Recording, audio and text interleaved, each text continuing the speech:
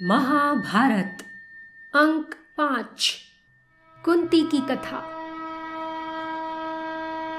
धृतराष्ट्र के विवाह के उपरांत हस्तिनापुर नरेश पांडु का विवाह कुंती और माद्री से हुआ। इस कथा को आगे बढ़ाने से पूर्व आइए कुंती के बारे में थोड़ा जान लेते हैं। उस काल में अवंती नामक नगर पर श्री कृष्ण के दादा शूरसेन राज्य करते थे। उनके चचेरे भाई कुंती भोज की कोई संतान नहीं थी, इसलिए शूरसेन ने अपनी पहली संतान पुत्री, जिसका नाम पृथा था, उसे कुंती भोज को दे दिया। कुंती भोज की पुत्री कहलाने के कारण पृथा का नाम कुंती पड़ गया।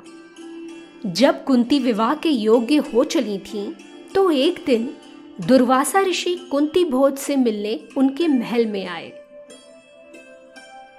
कुंती ने ऋषि की बहुत सेवा की।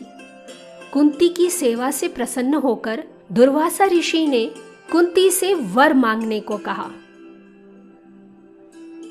कुंती ने थोड़ा सोचा, पर उसे कुछ सूझा ही नहीं। तो कुंती ने ऋषि से ही कहा कि आप ही ऐसा कोई मुझे वर दे जो मुझे भविष्य में काम आए।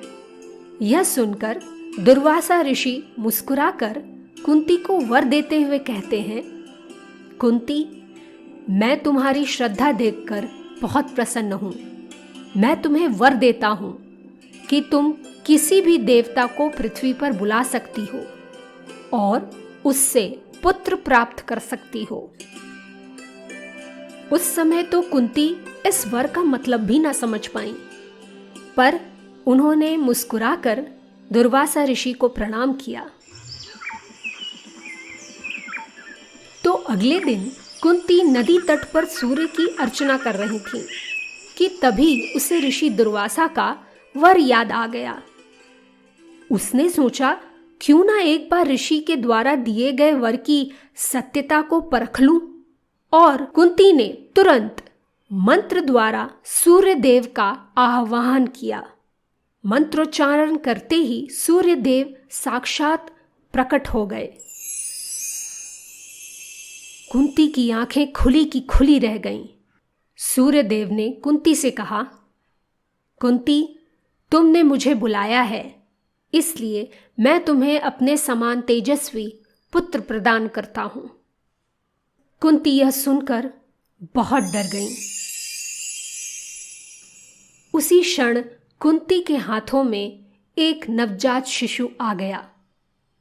एक दिव्य तेज वाला पुत्र, जिसके कानों में जन्म से ही कुंडल था और वक्ष पर कवच था। इस तरह एक नवजात शिशु को हाथों में पकड़ कुंती बहुत घबरा गई, क्योंकि वह अविवाहित थीं। वह बहुत देर तक दुविधा में पड़ी रहीं। वह बच्चे को महल तो नहीं ले जा सकती थी। तब कुंती की दासी ने उसे एक टोकरी दी और इस टोकरी में कुंती ने बच्चे को रख दिया और उसी नदी में बहा दिया और अश्रुपूर्ण नेत्रों से महल लौट आईं। टोकरी नदी के धारा से बहते बहते आगे चल पड़ी। कुछ दूर हस्तिनापुर के राजा का सारथी अधिरथ अपनी पत्नी राधा के साथ सूर्य की उपासना कर रहा था।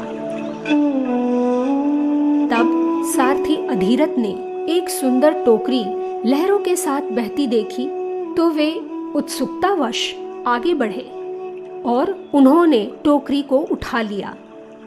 टोकरी के अंदर नवजात शिशु को देखकर अधिरथ और उसकी पत्नी राधा की खुशी की कोई सीमा न रही। अधिरथ और राधा निसंतान थे।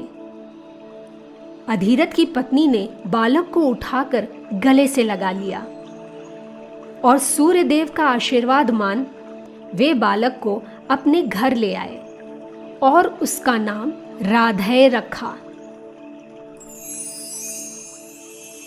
इस प्रकार यह बालक विश्व में पहले राधेय और तदोपरांत कर्ण के नाम से विख्यात हुआ। ऐसे हुआ कर्ण का जन्म। तो आज की कथा यहीं तक। महाभारत की कहानियों की श्रृंखला को हम यूं ही आगे बढ़ाते रहेंगे।